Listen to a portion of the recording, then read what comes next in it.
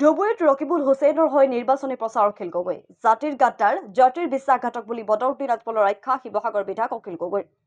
ধুবুৰী জিলা কংগ্ৰেছ কমিটিৰ উদ্যোগত আৰু মধুশৈলমাৰী টিয়ামাৰী মণ্ডল কংগ্ৰেছ কমিটিৰ সহযোগত ২ নং ধুবুৰী লোকসভা সমষ্টি ভাৰতীয় জাতীয় কংগ্ৰেছ দলৰ প্ৰাৰ্থী ৰকিবুল হুছেইনৰ হৈ নিৰ্বাচনী প্ৰচাৰ চলাই ৰাজ্যৰ দলৰ সভাপতি তথা বিধায়ক অখিল গগৈয়ে আজমলক জাতিৰ গাদ্দাৰ, জাতিৰ বিশ্বাসঘাতক বুলি আখ্যা দি বিধায়ক অখিল গগৈয়ে কয় যে বিজেপিৰ লগত গোপন মিত্ৰালি কৰি মুছলমানৰ জাতিক আজমলে প্ৰতাৰণা কৰি আহিছে। ৰাইজে আজমলক জাতিৰ গাদ্দাৰ বুলি চিনাক্তকৰণ কৰিব পাৰিছে।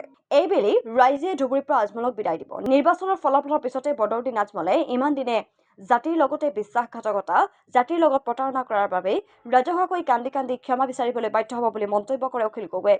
হিমন্ত বিশ্ব শৰ্মাৰ লগত গোপন মিত্ৰালি কৰি বিজেপিক সহায় কৰা আৰু নিৰ্বাচনৰ সময়তে সাম্প্ৰদায়িক মন্তব্য কৰি হিন্দু সমাজক একত্ৰিত কৰাই আজমলৰ কাম।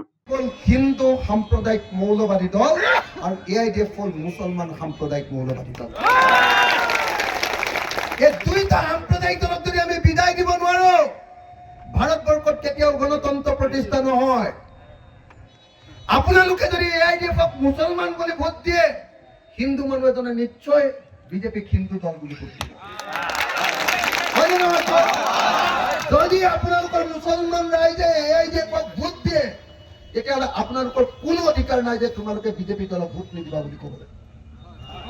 কাৰণ দুইটাই ২ নম্বৰী দল।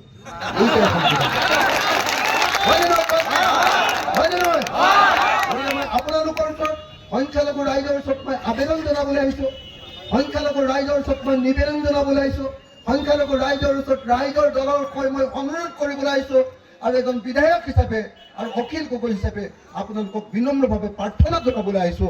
শ্ৰদ্ধেয় ৰাইজ, এইবাৰ ২০২৬ চনত হিমন্ত বিশ্ব শৰ্মাৰ চৰকাৰখনক আমি ব্ৰহ্মপুত্ৰত দলিয়াই পেলাম। ২০২৬ চনত যেতিয়া ব্ৰহ্মপুত্ৰত আমি হিমন্ত বিশ্ব শৰ্মাৰ চৰকাৰখনক দলিয়াই পেলাম, সেই চকীখনৰ লগত আৰু এখন চকী তলা চাবিৰে বান্ধি দিম। সেই চকীখন হ'ল এআইডিএফ বা বদৰুদ্দিন আজমলৰ চকী। আৰু একেলগতে হিমন্ত বিশ্ব শৰ্মা আৰু বদৰুদ্দিন আজমলৰ দুইজনকে একেলগতে বাংলাদেশলৈ পঠিয়াই দিম। হয়নে নহয় কওক?